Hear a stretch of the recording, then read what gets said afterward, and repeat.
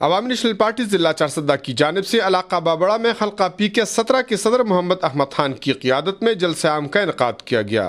محمد احمد خان کی آمد پر پارٹی کارکنان کی جانب سے ان کا والہانہ استقبال کیا گیا۔ اس موقع پر جلسہ گاہ میں اجتماعی طور پر عوامی نیشنل پارٹی کا ترانہ گایا گیا۔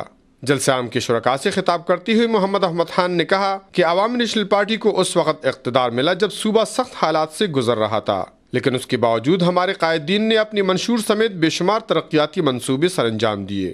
صوبہ بھر میں سڑکوں، تعلیم، صحت اور دیگر میگا پروجیکٹ کا جال بچھایا گیا۔ صوبے میں دہشت گردی کے خلاف کامیابی عوامی نیشنل پارٹی کا کارنامہ ہے۔ 4.5 سال کے عرصہ میں ANP کی صوبائی حکومت نے عوام کی فلاح کے لیے وہ کام کیے جو 65 سال کے عرصہ میں کسی حکومت نے نہیں کیے۔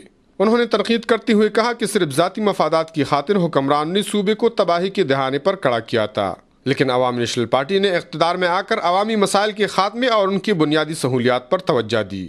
اس موقع پر 75 خاندانوں نے دیگر سیاسی پارٹیوں سے مستفی ہو کر عوامی نیشنل پارٹی میں شمولیت کا اعلان کیا۔ جلسہ عام سے دیگر قائدین نے بھی خطاب کیا۔ کفایت اللہ، اے نیوز، چارسدہ۔